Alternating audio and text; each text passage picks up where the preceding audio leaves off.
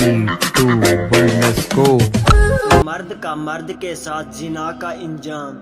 ایک مرتبہ حضرت عمر کے زمانے میں ایک نوکر لڑکے نے اپنے مالک کو قتل کیا۔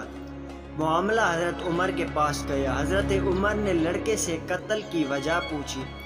لڑکے نے کہا اس نے میرے ساتھ زیادتی کی ہے۔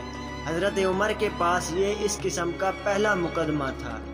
حضرت عمر نے کیس حضرت علی کے پاس بھیجا۔ حضرت علی نے بات سن کر فرمایا آپ میرے پاس تیسرے دن آنا، میں آپ کا فیصلہ کر دوں گا۔ تیسرا دن آیا۔ حضرت علی نے فرمایا اس کی قبر کھودی جائے۔ قبر کھودی تو اس قبر میں اس کے مالک کی میت موجود نہ تھی۔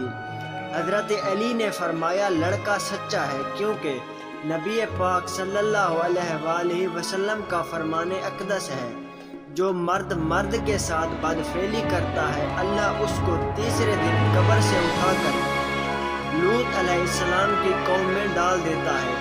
اللہ ہم سب کو اس لعنت سے محفوظ رکھے، آمین۔ اس میں بات قابل غور فعل اور مفعول دونوں کے لیے یہ سخت وعید ہے۔ اللہ ہم سب کو محفوظ رکھے۔